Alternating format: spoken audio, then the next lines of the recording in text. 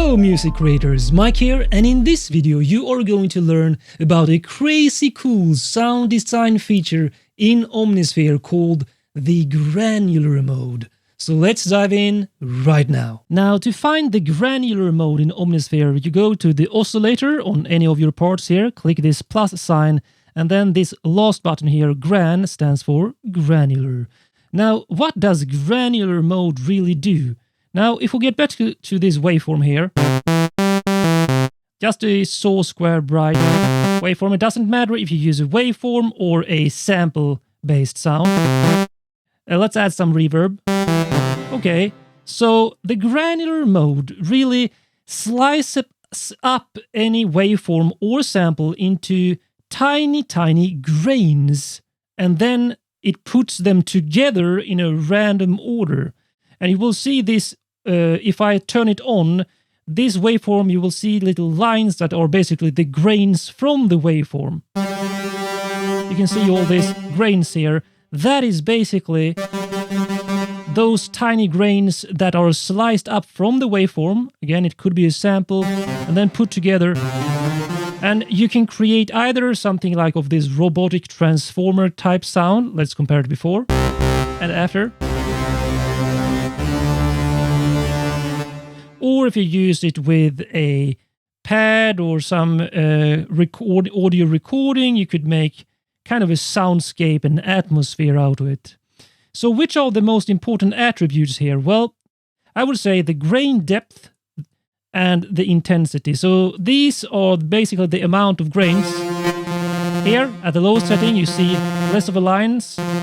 It sounds very jarring because it jumps around in the waveform a lot of ranges. The more you increase this, the more grains are sliced up from the waveform. And intensity is basically adding the variation between each grain. So if you dial this up, it will start to sound very chaotic. Almost becoming noise in the end. Which could be a cool effect as well. Then smoothing is basically the transition between each of these grains. So you can hear it sounds a bit smoother between there. Spread is of course spreading the stereo field between the grains. And then these here are basically if you have a detune and pitch grains, it adds variation in pitch, and how those pitches are added is the interval factor here. So 12 seminotes is octave. If I increase this, I will increase the number of grains that are pitched either an octave up, down, or up, down for more variation.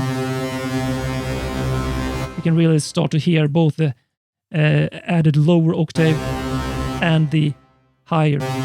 So this is the ordinary sound.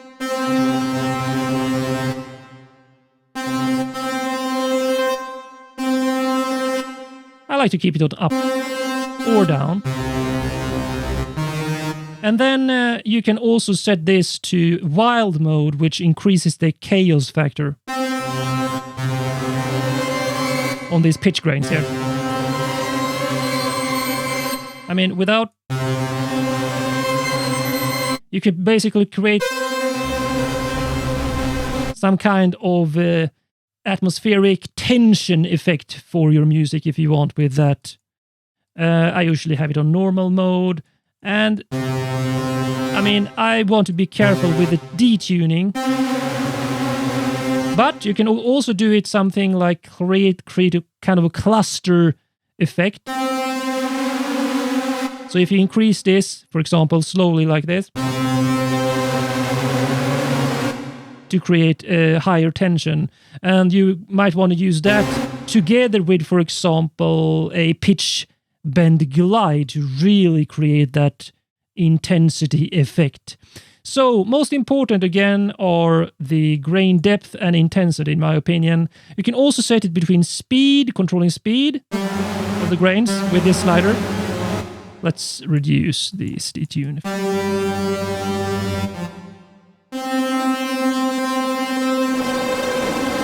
Or the position. I usually just keep it at speed. If you press the legacy mode, it will use an older algorithm for the grain. So if you compare this to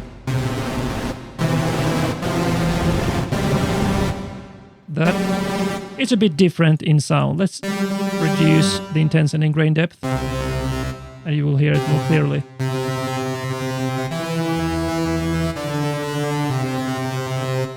Alright, so as you can see, those are some really cool things you can do. There are a couple of presets here available. Not a lot, so you can of course save your granular presets if you make a cool setting and use it on another sound. But I mean, before and after. Especially if you hold down an octave like this. Add some intensity and great depth.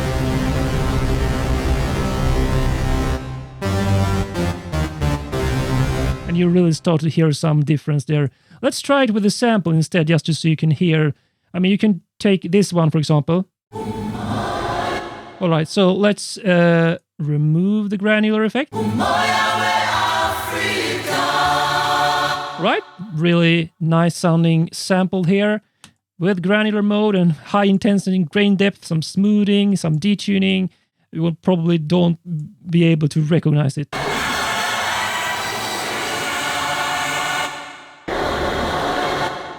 Or set it on position if you don't want it to go through the waveform. Position.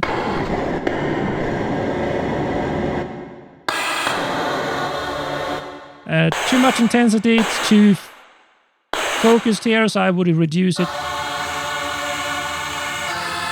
And now you can basically play this.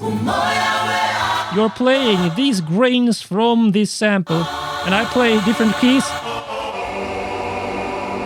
Or just a chord. Or an octave below. Add some extra reverb on it. And you have some kind of paddy drone type sound there. So as you can see, both on synths, waveforms, and on samples and your own recordings, the granular mode can be very powerful to introduce that chaotic aspect from the tiny grains that are performed in a random order to play back your sounds. Now choose which video you are going to watch next, or you can check out the amazing bonuses in the video description.